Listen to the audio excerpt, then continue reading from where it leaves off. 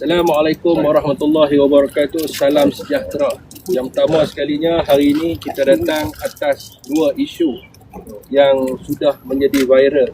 Itu yang berkaitan dengan kenyataan daripada Ahli Dewan Undangan Negeri Selangor sendiri yang mempertikaikan keputusan Oleh Yang Maha Mulia Sultan Selangor berkaitan dengan isu babi. Dan yang keduanya adalah berkaitan dengan satu pertubuhan yang telah mengubah wajah ataupun potret Sultan Selangor menjadi sesuatu yang kita rasa sangat kesal.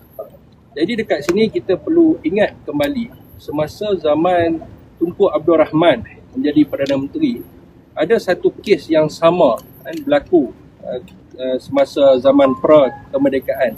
Tindakan yang diambil oleh Tunku pada waktu itu adalah melucutkan kerakyatan sebagaimana yang diperuntukkan di dalam perlembagaan. Saya melihat pada hari ini isu penghinaan terhadap kesultanan ataupun sistem monarki dalam negara kita ni bukannya sekali berlaku tetapi sudah berulang.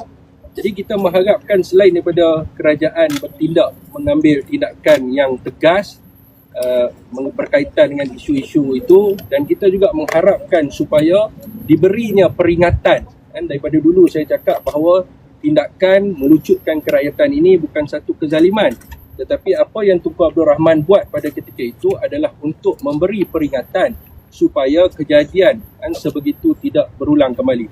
Itu yang kita harapkan, dan rakan-rakan NGO dan NGI yang hadir pada hari ini untuk menyatakan kepada rakyat Malaysia bahawa sekiranya ada penghinaan terhadap raja-raja dan sultan-sultan, orang Melayu, NGO dan NGI akan berdiri teguh di belakang Yang Amat Mulia Sultan dan untuk mempertahankan institusi beraja dalam negara kita.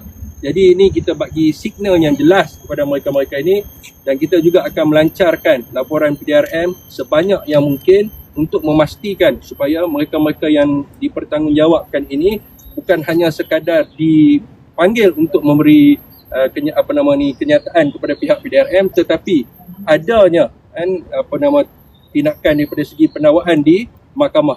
Jadi kita akan melancarkan laporan polis besar-besaran, dan kita mengharapkan supaya pihak kerajaan khususnya bukan hanya sekadar memanggil mereka untuk bersembang saja, tetapi mendakwa mereka di mahkamah. Dan saya tegaskan lagi sekali bahawa sudah tiba masanya untuk kerajaan mengambil tindakan melucutkan kerakyatan mereka-mereka yang menghina institusi beraja.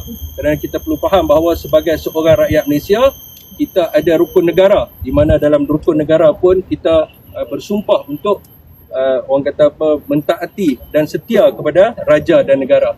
Mereka-mereka yang berbuat begini, yang tidak menghormati sistem monarki ini, sudah tentulah mereka yang tidak setia dan tidak mentaati kepada raja dan negara.